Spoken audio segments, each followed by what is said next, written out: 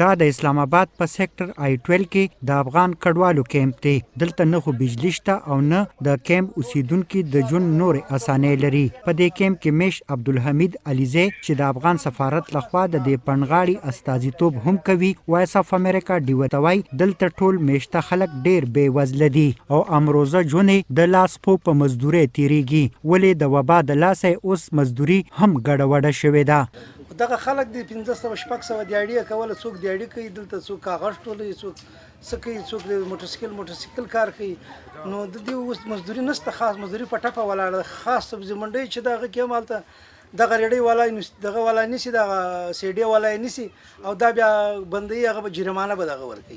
دا کېمپ د نن څخه 11 کاله مخکې د یو ان ایچ سی آر په مرسته جوړ شوی وو او دلته د شمیرو تر مخه 215 کورنۍ ژوند کوي چې شاوخوا 15000 نفر لري. په دې کېمپ کې چې څومره هم کډوال اوسېږي د هغوی رزق نږدې سبزی منډي کې د کار روزګار سره تړلی دی. خو 13 کلن عبدالخالق چې 8 بچیان لري وای په سبزی منډي کې به لاسګاډي چلولو خو راغلی وبا هر څه تاله ترغې کړي دي.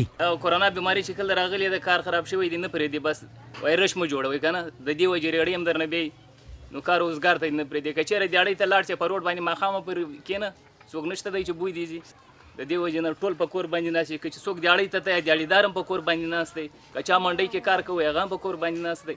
یو هغه کس دی چې دننه منډۍ کې چېرې ټیم یې که نه برنډه کې دننه هغه کس خپل کار کولی شي نور ټوله په کور باندې ناست. د دې کېمپ اوسیدونکي ګیلمن دي چې د وبا په دې سخت وخت کې ورسره نه خو یو ان ایچ سی آر او نه افغان دولت کمې مرستې کړي دي.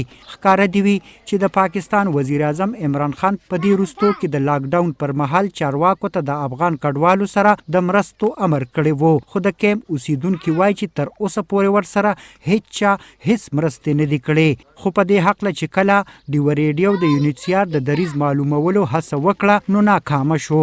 15 کلن نصیب خان چې په یو وخت په معذوره دی وایس اف امریکا ډیو توای د زړه په رنځ اخته دی او یو زوی هم دماغي ناروغه دی.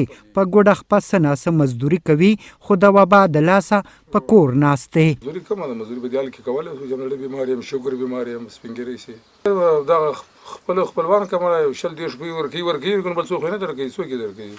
د دې کېمپ واړه زاړه د کرونا د وبا څخه د ځان بچ ساتلو د تدابیرو هم ناخبره دي او واړه ماشومان پسخه نالو کې ناستي او لوبې کوي او د کېمپ اوسیدونکي وای دلته د یو ان ایچ سی آر په مرسته یو سکول هم چلیږي خو هغه د آبادۍ په لحاظ سره ناکافي دی. ارشد حسین وایس اف امریکا ډیوا ټي وي اسلام آباد.